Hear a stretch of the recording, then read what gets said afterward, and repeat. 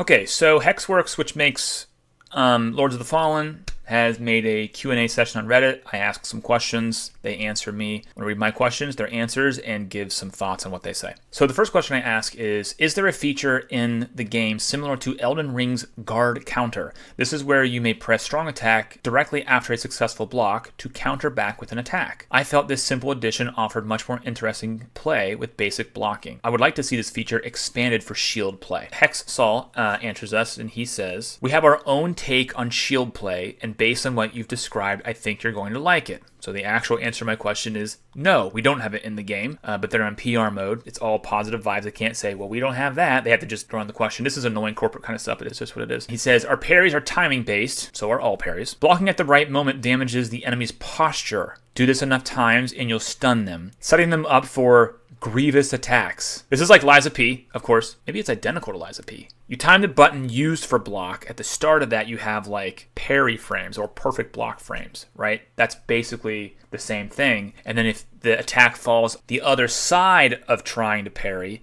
you block instead of parry. But if it falls on the front end of it, you just take damage because you missed the timing. And then you'll stun them, which also builds groggy. And then you have to do, I think you have to do a charge attack to get the groggy for the crits and P, but I'm not quite sure. I think you have to do that actually. And they call it a grievous attack. It's not strength, it's motivity. It's like, okay, whatever. In addition, if you miss your parry but keep the block button pressed, you'll still stop the attack, but your health will start to wither. This is probably going to be what they do with like shield rating, like block effectiveness for shields. So if this shield blocks 80%, then you gain 20% withered health. Then when you take damage, you lose all your withered health. But to gain withered health back into health, you have to attack. So it's sort of like encouraging some aggression. Although I do wonder, what if you block 2 consecutive attacks? Does that add to the wither health, or do you lose the initial wither health and then gain additional wither health? Like, what's going on there? You won't lose it immediately, but you have to recover it. But to recover it, you'll need to damage your enemy. Get hit, and you'll lose it all at once. You've designed this system to make shield play more viable and conducive to offensive strategies. Okay, I don't know how it's going to work until I play it, but I'm open to a new idea with shield play. That's cool. Overall, not bad. In an interview, you mentioned underestimating the task of creating Souls-style combat. What were some of the challenges you faced as a development team to make the combat? Please go into details, as I have a great interest in combat design. Here's his answer. Combat is one of the most, if not the most, important aspects of our gameplay.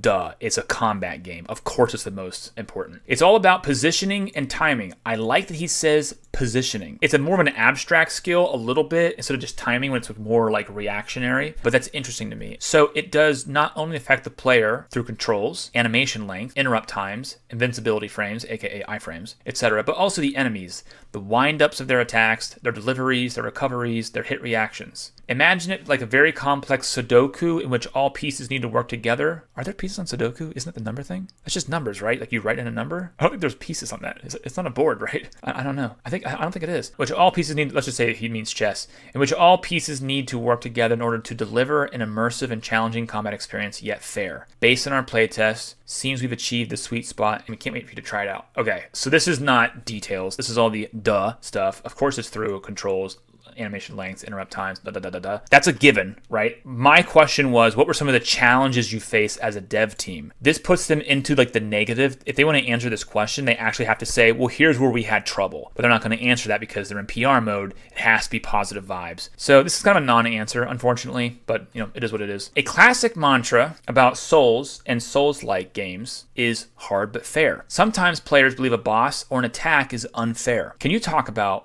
what makes a boss or, and I miss an attack fair or unfair? How does this inform your enemy/combat design? And he says, understanding why you, the player, made a mistake is what differentiates feeling an attack was fair or unfair. I'm not asking about feeling. I'm asking about whether or not it is. There's been attacks where I felt that was unfair. After further analysis, it actually was fair. I just didn't, I had to catch up to what was going on. I had to notice what was happening on the screen, basically. If the wind-up timing, enemy charging attack, is clear enough, and the delivery of that attack at the right speed, then the player understands if it's better to parry, block, dodge, or even roll out to a safe distance. If we always inform the player fairly, even defeat feels correct. This is our mantra. Kind of a whatever answer. It's like, okay. He doesn't talk about what makes an attack unfair. Let me read this again real quick. So here's what I noticed, because this is actually balanced with another aspect of combat design, which is it has to look, what's the right word? It has to be convincing it's a threat. I mentioned this in a video, I think, before. There was like this enemy in Soulframe game that the Warframe guys are making or whatever. She had some spear, this enemy, and it was just, the attacks just felt so, it was just slow and like a snooze fest. But then, so if you speed it up a lot, it's like, well, is it fair? I think that what FromSoft does is they've mastered the acceleration moment. It's not, because you can just go from like here comes the claw, and it goes from here to here in like one frame. It's like, and that's the part that damages you. It's that wind up. It's like that, and it begins to accelerate. And that is the sweet spot for data that you can understand and then react to it. That's the actual part that's hard, I think. Now, I'm not actually designed or created a 3D threat in a game like this. That's what I'm thinking. All right, where were we? Next question. In Elden Ring, there are many and varied consumables in the game. Unfortunately, the vast majority are overshadowed by powerful weapons and spells, refillable flasks at frequent checkpoints, and other aspects of the game, right? This is like a thing that I've been thinking about. Shout out to my challenge run where I say no crimson flasks, and I'm playing a rogue, sneaky-like character with a bow and like a dagger and that sort of thing. Actually, a lot of fun. It made me think a lot about the consumables of the game and like how to use like other aspects. Anyway, can you talk about Lord of the Fallen's similar systems? Do you have a wide variety of consumables? How effective are they? What's the governing systems of how you acquire them and manage their use? It seems systems like this are caught between a sense of, I want to resource manage and strategically choose these and use these utility items, and I'm afraid I'll run out, so either I don't use them, or why are they there in the first place if they're not really needed? Right? And that's kind of like this weird spot they sit in. And they say, we indeed have a wide variety of consumables. Some are used for defensive play, such as healing, protection wards, and cures. Protection wards is interesting. I've always liked this idea in these kinds of games of like, you create like a zone. There's some zone of effect that you want to stay in for some bonus, but the boss or the combat situation is trying to get you out of it. So you're like playing with that space. Some are for offensive strategies like weapon and damage buffs, typical. Some are for very unique cases, no spoilers allowed, so who knows what that's all about. Each type has its place, and although you can choose to ignore them, using them gives you a significant advantage. Now, it's hard to read between the lines here. Could just be hype language. Who knows? Personally, I always find myself equipping 3 to 4 relevant consumables in the quick access bar for a specific level, area, or boss. Now, that requires generally foreknowledge. It's a crapshoot until you know the game. Then you can put those specific things there. But maybe like obvious things like I'm in a fire area, so I have fire resistance things, and I use some other damage type besides fire. These items can be acquired either through world loot or from vendors. I am curious, how does the consumable work for ammunition? So in the video we saw the bow user using a bow did some good damage, but they only had like maybe 10 shots or something, and there was an ammunition consumable which replenished some amount. I don't know, is it half, is it all? I don't know. And will they throttle the amount of ammunition? Because bows are in a weird spot too for Souls-like. On the one hand, what you don't really want is to go boom, boom, boom, boom, boom with bows like a machine gun. It doesn't seem to fit the gameplay. You want them to be more tactical than that, but then that also kind of inherently means they're not viable as a primary weapon. So I don't know what the solution to that is, unless stealth was more viable just in general. All right. My last question, which was a fun question, is what's the most awful, wretched, vile, gnarly, craziest enemy that's in the game? Tell us about it, but don't spoil it. Well, maybe a little bit of a spoiler. And the answer here is the Congregator of Flesh is likely the most infamous among our vile adversaries. However, the Mendacious Visage holds a special place as my personal favorite. I think that this thing was like a giant head that would open its like head, and there was like a figure inside, like a zombie kind of thing. That one was pretty cool. The Congregator of Flesh, I'm not sure what that is. I think they maybe showed a boss with this weird, like, with a giant mouth. That could be that. I have no idea. Anyway, let's browse the other questions, see what people are saying. Maybe we'll find some good questions. Here's a good question. Can we customize controls? By Stadio Fruili. At launch, keyboard and mouse players will be able to customize controls. Okay, so that means that there may be an update for controllers later. Controller players cannot customize their buttons, but they do have a number of gameplay options to tinker with for better ergonomy. I'm not sure what that word means. Ergonomic, of relating to the science of ergonomics. Thanks. Designed for comfort or to minimize fatigue. That makes more sense. Here's a decent question. How does archery work? Is it a marginal playstyle, only supportive, or is it a viable build all around? In Lords of the Fallen, we wanted to fully embrace the ranged weapons options, bows, crossbows, and magic. So we made it easily accessible and very valuable in the game. You can really push it and make a main build out of it, even though the game requires some plurality to be more efficient. Okay, that means that you can't only have a bow. So you can be, I think what it's going to mean is if you line up your shots right, use the right arrow types, and pick your battles carefully, you can be very effective with a bow. At this point, that's my favorite space for bows to be in Souls-likes. I know people want to have bows only. It changes the dynamic. If you are able to just machine gun arrows out forever, it runs contrary to all the melee design. And these games are best played as melee. I haven't figured out how to do it yet, in my opinion. I don't know. That said, I must confess that myself, I play very often an ultra bow oriented build with a lot of different affliction arrows. It's super fun to play with. We'll definitely try that out. And that bow question was from Shingen Takera 1337 Solite. Here's some interesting questions here. This is from Firmament 1. You said that you've designed your world around no fast travel. That is interesting. So fast travel is a weird one. I'm caught in between the thing. On the one hand, it is convenient and is logical from a usability standpoint. On the other hand, it really detracts from like the atmosphere. If I can just disappear whenever I want. I mean, I know you can't do it in combat, but like there's just something about the idea of like preparing for the journey and then engaging in the journey when you can't just leave it whenever you want. That is intriguing to me. Anyway, okay, so you said that you designed your world around no fast travel and were originally going to have no ancient vestiges either until you figured out it was too much for those new to Souls-likes and then just relegated that to New Game Plus. Will there be a separate no vestiges mode without having to complete the game first? That's a cool idea. Onboarding and mitigating difficulty has been one of our pillars as such, we are quite keen on allowing the players to achieve a level of mastery of terrain and mechanics first. Okay, what? That doesn't make any sense. They're saying like, yeah, the game's challenging. Also, a priority is to lower the difficulty. Does that make sense? I mean, don't you either lean into it or don't? You either add lots of options to make it like a variety of challenges you can pick from, or you just say the game is hard, get good. Like you got to figure out how to do it. You got to get better at the game, you got to be thinking more, and so on. So that's kind of a weird answer, I feel like. Then take a deeper plunge in the deep end of the pool instead of trying to brute force it from the get-go, resulting in frustration or false positives mechanics-wise. False positives, in terms of mechanics, must mean something like the player learns the wrong lesson. Also, having a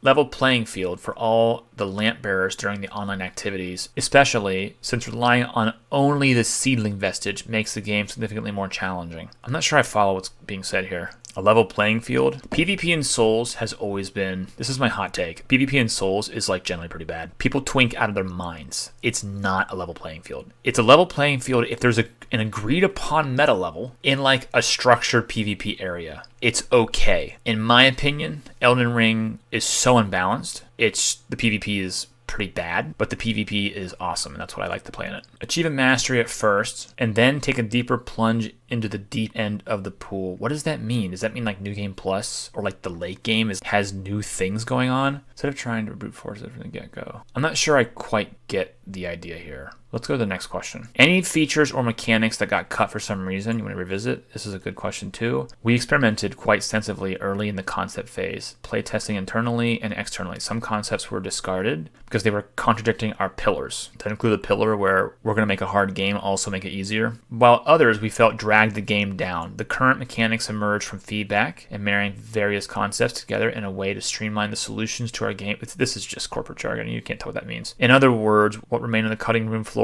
were outdated. That being said, on paper we have some really spicy ideas we didn't get to. We'll do it in the future. Cool. Extra percentage 727 says, how in-depth is character customization? Can armor be customized? And if so, how? You can dye it, I think, as they said. All the normal crap, scars, tattoos, haircuts, whatever, blah, blah, blah. You can shape your body silhouette. That's interesting. Professional Wafer asks, how much of the story drives the gameplay experience? Is it a priority or in the background? The story sits at the heart of the game. All areas of the game, NPCs, and everything else are churned from the storylines to create a place that feels lived in and believable despite the surreal magic calamity that looms on the horizon. As such, the narrative has a big priority since we wanted to achieve immersion without exposition. As you rightly observed, there are echoes of the more horrific events of certain key figures in the game that can be discovered in the Umbral Weave. What's the Weave? I'm not sure what that means exactly. These are, is that concentrated? Concatenated? Is that an actual word? Sometimes leading to secrets, revelations, or other means to interact with said characters. There are narrative cutscenes, under story. It's just, okay, we'll find out. Turbo Gum says, are there other online systems other than co-op, PvP, and revenges? Something that you'd miss out on while playing offline, like player messages? We have faction shrines. Each god has his own shrine. And if the player is not online, they cannot interact with those. I mean, duh, right? Oh no, you have to be. You have to play online. I gotcha. To either donate their own unique currency or purchase goodies.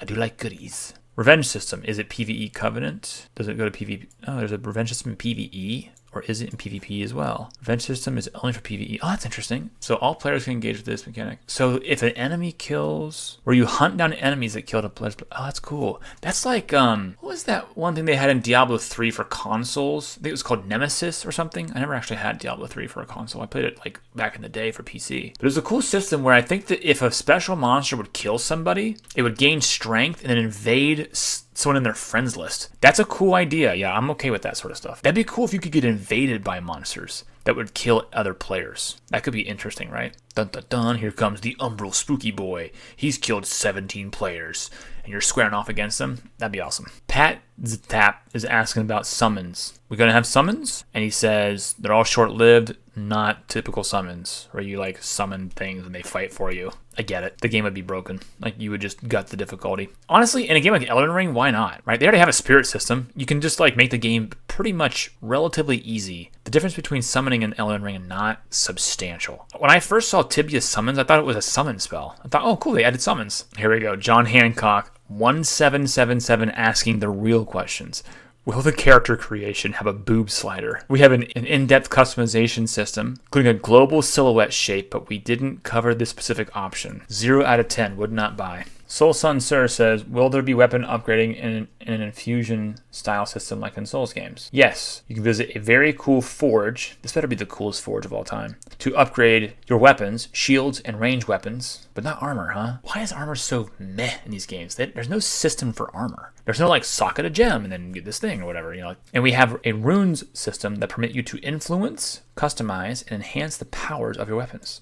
Look at this. Dancer of the Elden Ring says, will there be love interests? We don't have a romance system, but some of our NPCs are very likable. Zero Side is asking about what's the difference between Rogar Catalyst A and B? Is it about scaling? They say yes. I really hope this is kind of a weird step backwards in Souls games that have spell casting. I mean, really, it's just Elden Ring, I guess. There's nothing in the game that allows you to cast, I don't think there is, like multiple types of spells, or like this is a weapon that can also cast spells, or this is a shield that can cast spells. Where's that crap? Add more stuff like that. Is it possible to max out every stat in the game, or will there be a cap to prevent that? The players can max out every stat, and the maximum character level is 999, which if you start at level 1, that means that you gain 998 levels. If anyone reaches that, we'll be very glad to hear about it. This is disappointing, honestly. I don't like that these games do this because you have to have like a meta level. People can just kind of go like above it if they want. Like you can go 10 levels above it, and it's just such a disorganized way to do PvP. I don't understand why they don't have structure. Also, when you get past the soft caps,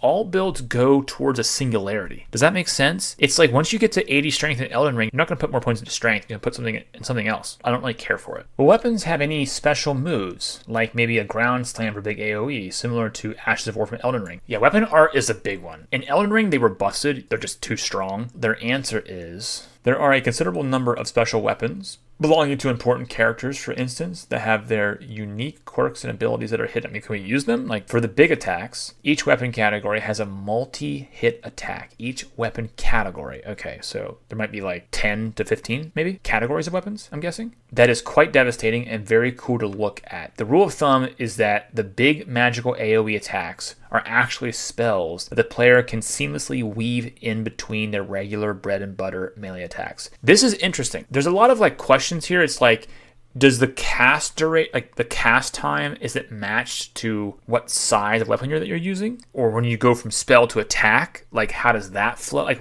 how does it flow? I just got to feel it, I think. Thanks to our dynamic spell casting mechanic. We'll see what that's all about. PSO2 Redditor says, will we be able to obtain everything on one character? An unclear interview stated some items were locked entirely behind your starting class, and I'm wondering if that's true. Answer, there is unique equipment tied to branching storyline outcomes that the player can only obtain in one playthrough. Questionable. This is not always the case with all storylines, but some of the rewards can only be obtained when engaging in a particular series of events. The endings are a prime example, since each rewards with a newly unique thematized, is that even a word? Themed starting class. That's weird. The starting class is just an assortment of stats. It's not like it's a unique set of things that you can't get somewhere else. The Dark Crusader starting class is also behind one of these quests. Are there invisible walls? We have umbral only walls that can be crossed and accessed by raising the lanterns, but no invisible walls. That's fine. Invisible walls are stupid. I don't really care about this. If there's a path, you will see it in one of the realms. Okay, this is actually a really good question. Are there 100% block shields for physical? I have a spicy take on this. That's stupid, okay? Number one, here's the issue with shields in Elden Ring. When it comes to blocking as a function, the small shields and most of the medium shields, it's just bad. And the big shields, it's too good. I think it should be normalized a little bit. Bring the smaller shields in, bring the bigger shields down. Also, I would say expand shield play in general. Now, here's the answer. When it comes to physical protection, all our shields will not have 100% block for physical impacts. I actually like this. If you block an attack hitting you, you're still taking the trauma. It's just not hitting your body directly. It's hitting the shield, which hits the padding of the shield, and it hits your arm, and it distributes the force in a different way. That being said, there are a precious few heavy shields that come close to it. I'm okay with that. People have a weird thing about shields not being at 100% block efficiency for physical. They won't touch a 98%. It has to be 100%. It's like, why? I'm okay with these little changes like that. The One Bearded asks, in your tests, about how long has it taken your guys to beat the game? The completion time for the game is largely independent on the player's skill level. I mean, yeah. Based on our playtest with experienced Souls-like gamers, we estimate that it takes between 35 to 40 hours to finish the game. That is a good amount of time because I'm experienced, but I like to take my time. I'm just going to savor it. You only get to play the game the first time through one time, and then it never happens again, right? All the surprises are known, or most of the surprises are known, I should say. I'm betting it'll take me 50 to 60 hours. Okay, that's it. I've been avoiding videos on it, honestly. I just want the game now. I'm sold on it. You know, we got about a month ago. We've got exactly, it's about a month minus 2 days, roughly. There are a couple of aspects of the game I'm not quite sure about. It's a little bit contrived in some areas with like attacks, ranged options. You can only have a bow or a catalyst. That's kind of weird. Maybe it's not that way. I'm not even sure, but it sounds like there's some contrivances and kind of like forced things. But overall, it looks very good. So yeah, I'm excited for it.